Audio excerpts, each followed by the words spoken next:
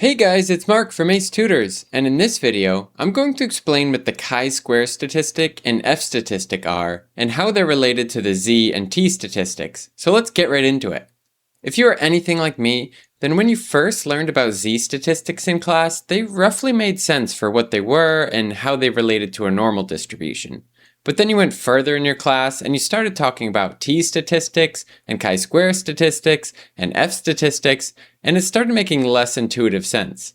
You just started memorizing, okay, when I do these types of hypothesis tests or confidence intervals, I use these formulas to find the test statistic, and that follows some weird looking distribution. But you never really understood what any of those other test statistics and distributions actually were. Well, that's definitely how it went for me, and I only realized the truth behind it recently. So here I'm going to explain what each of these test statistics are and how they relate to each other. So first, let's take a step back and review what any of these test statistics are supposed to tell us. Well, the goal of any of these is to tell you how far your observed sample data is from certain expected results. Then we can use the corresponding distribution for that statistic to find the probability of getting sample data that is that far from the expected values to see if maybe those expected values were actually wrong. Okay, let's now dive into each of these different types of test statistics. But before I do that, if you've been finding my videos helpful, please consider hitting those like and subscribe buttons to support me making more of these videos for you. Okay, the z-statistic is the first test statistic you usually go over because it's the most straightforward. You use this for testing one or two proportions or means where you know the population standard deviation. In each of these cases, your sampling distribution follows a normal distribution, which is this nice bell curve where most of the data is centered around the mean in the middle, and there's less data as you go farther from the mean in either direction towards the tails. The formula when you have one sample proportion is this, and the formula when you have one sample mean is this. In both cases, this gives you a measure of how far your sample data is from your expected population value. For example, in the formula for means, you would take your sample mean x bar and subtract the expected population mean mu to get how far your sample mean is from expected, and then you divide it by essentially some form of the standard deviation to get how many multiples of the standard deviation you are from the expected mean. This gives you a nice standardized value that's free from any units and can be found in the normal distribution to find the probability of getting values like this. If you want more info on how this works, I'd encourage you to watch my video on the normal distribution. Next, you usually learn about the t-statistic.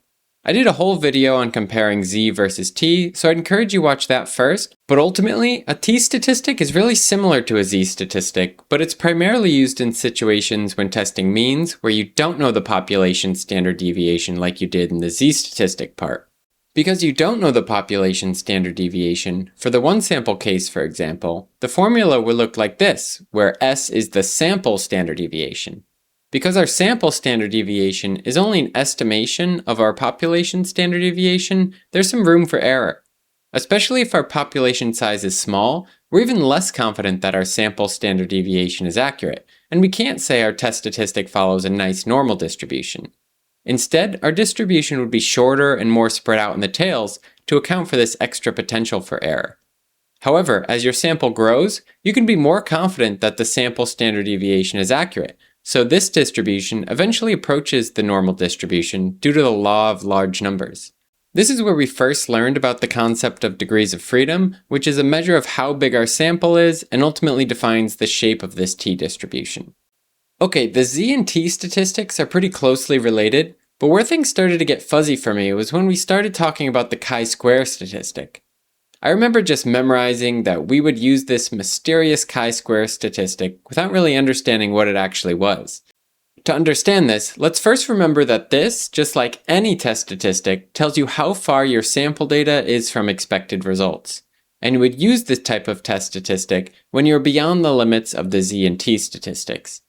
Those statistics are good whenever you have one or two samples in populations you're dealing with, but what do you do when you have more than two? Well, that's exactly what these more advanced test statistics help with. For example, you would use the chi-square statistic whenever you have multiple proportions you're comparing to expected values. If you had multiple proportions, how would you calculate a value that represents how far they are from their expected results? Well, since we just have multiple individual proportions, why don't we just find out how far each one is from its expected value? In other words, its individual z-statistic, and then add all those up. Well, for one thing, z-statistics can be positive or negative. So if one proportion was greater than its expected value, while another was less than its expected value, then these would cancel each other out and give a misleading result. To get around this, we could square each of these z-statistics instead, so that they're always positive, and then add them all up. And that's exactly what a chi-square statistic is. All it is taking several z-statistics, squaring them, and adding them all up. In the end, you once again have a measure of how collectively far all of your sample data is from their expected values. The formula you might see is usually something like the sum of O minus E squared divided by E, where O is the observed value and E is the expected value. So this still takes how far the observed data is from expected and scales it. Just this time, it also squares that value and adds it to all the others. Ultimately, the chi-square distribution will look something like this. But since the magnitude of the chi-square statistic depends on how many values you're adding up, we once again have degrees of freedom which will control the shape and spread of the distribution.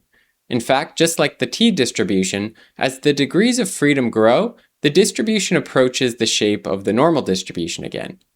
If you'd like to watch some videos showing how to use a chi-square statistic in hypothesis tests, I have a few videos on those topics you can check out. Alright, that's the chi-square statistic, but what about the f-statistic? Well, just like how you would use the chi-square statistic whenever you have two or more sample proportions, one example of using the f-statistic is when you have two or more sample means. This is the classic ANOVA type test where we have multiple groups, each with its own sample mean, and we're trying to test if they're all the same or any are different.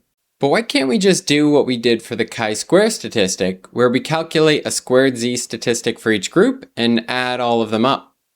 Well, as a reminder, to calculate z for a mean, you would need to know the population standard deviation, which is almost never actually known in these situations.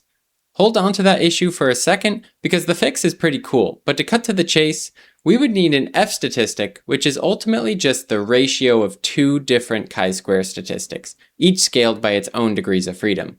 Instead of calculating one chi-square, we calculate two, and it turns out that when you divide them, that unknown population standard deviation cancels itself out, and you never end up needing to know it. I'll show you the derivation of this in a minute, but first let's quickly discuss how this ratio works. Each of these two chi-square values represent an amount of variation. The one on top measures the amount the means varied between each of our different groups. The one on the bottom measures the amount the data varied within the groups in general, which is basically just the natural spread of our data. So you can think of an f-statistic as asking how much did our means vary compared to how much the data varied in general. If all of the population means are really equal, those two values are measuring the exact same thing, and f comes out somewhere around 1. If some of the means are genuinely different, the top value gets bigger, and f increases well above 1. So just like every other test statistic we've talked about, this is still a measure of how far our observed sample data is from expected results. Ultimately, the f distribution will look something like this. And similar to the other distributions, its shape will now vary based on these two degrees of freedom values. Now that covers the main common thread relating z, t, chi-square, and f-statistics together that I really wanted to convey in this video. But if you're interested in seeing why we need the two chi-squared values for calculating f, and where that standard deviation cancellation comes from, I'm going to dive into that now before wrapping up. If you're not interested, feel free to jump to the wrap-up now. So first, before anything, let's rearrange this to be a single level of fractions instead of nested fractions like this. Dividing by a fraction is the same thing as multiplying by its reciprocal, so we could just multiply the top and bottom by the df2 divided by the chi2 squared. This reduces the bottom to 1, and let's rearrange the top to be chi1 squared divided by chi2 squared times df2 divided by df1. So we grouped up our chi-squared values and degrees of freedom. Now let's just write out both the chi-square values, and for now, let's pretend we do know the population standard deviation sigma, so we're allowed to use the z's. As a reminder, each of these chi-square values is just a sum of squared z-statistics. So let's start with the top one, where we're trying to find the amount that the different sample means varied between each other. For each group, we take that group's sample mean, x bar, and subtract the grand mean, x sub g bar, which is the mean of all the data points across every group. That tells us how far that group's mean is from the center of everything. Then we divide by the standard deviation of that sample mean, which is sigma over the square root of n. As a side note, that's sigma over root n rather than just sigma, because we're standardizing a mean here, not an individual data point.